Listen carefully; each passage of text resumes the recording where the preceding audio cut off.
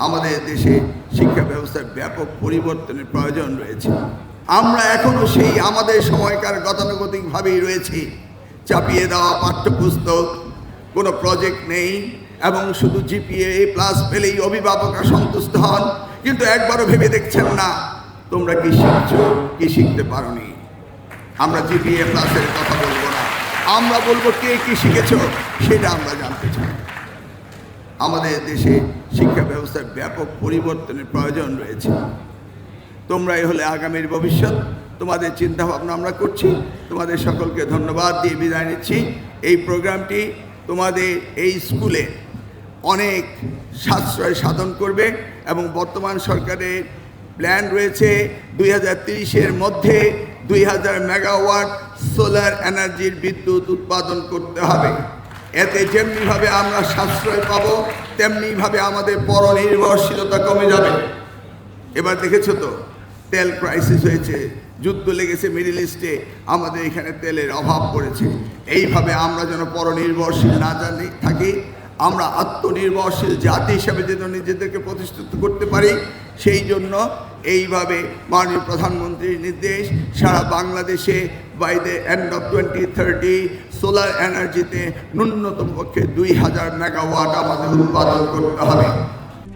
RICL TMX, যুগের পর যুগ স্থাপনা থাকে মজবুত। ওপেক্স পদ্ধতিতে এই যাত্রা শুরু হয়েছে তোমাদের মডেল স্কুল থেকে, এবং সারা বাংলাদেশের প্রত্যেকটি স্কুল কলেজে আমরা সোলার এনার্জি দিয়ে কাজ করব এবং পরনির্ভরশীলতা আমরা কমাবো। এই জন্যে এই প্রোগ্রামটি আয়োজন করেছে। This company is the opening batsman in this sector, in the education sector. আমরা চাইব আরও অনেক কোম্পানি আসবে, তারাও সকলকে এই বিষয়ে সাহায্য করবে এবং নিজস্ব এন্টারপ্রেনারশিপ ডেভেলপ করবে। এবং সেই নির্দেশও মাননীয় প্রধানমন্ত্রী দিয়েছেন। সোলার এনার্জির প্যানেল হতে শুরু করে যে ইকুইপমেন্ট হবে, সেটাও বাংলাদেশের মাটিতেই তৈরি হতে হবে, সেই নির্দেশনাও তিনি দিয়েছেন। আমি আর বক্তব্য বাড়াচ্ছি না, সকলের কাছে আমার আশা রইল আমাদের সকলকে আনন্দমুখর ভবিষ্যৎ দেওয়ার জন্য তোমাদের দিকে আমরা তাকিয়ে রইলাম। কত না সুবিধা সরকার থেকে দেওয়া হচ্ছে, তা আমরা কি তোমাদেরকে চাইতে পারি না? ইংরেজিতে বলে ওয়ান হ্যান্ড ওয়াশেস আদার্স। আমরা তোমাদের জন্য করব, তোমরা আমাদের জন্য করবে। তবে সবচেয়ে বেশি প্রয়োজন হচ্ছে ভ্যালুস। প্রথম ফ্যামিলি ভ্যালুস, রিলিজিয়াস ভ্যালুস, এই ভ্যালুসগুলি আমাদের থাকতে হবে। আজকে জাতি ভ্যালুস বিবর্জিত হয়ে যাচ্ছিল, সঠিক পথে যাচ্ছিল না। আজকে সেই লিডারশিপটি আনার চেষ্টা করেছেন আমাদের নেতা, আজকের প্রধানমন্ত্রী তারেক রহমান।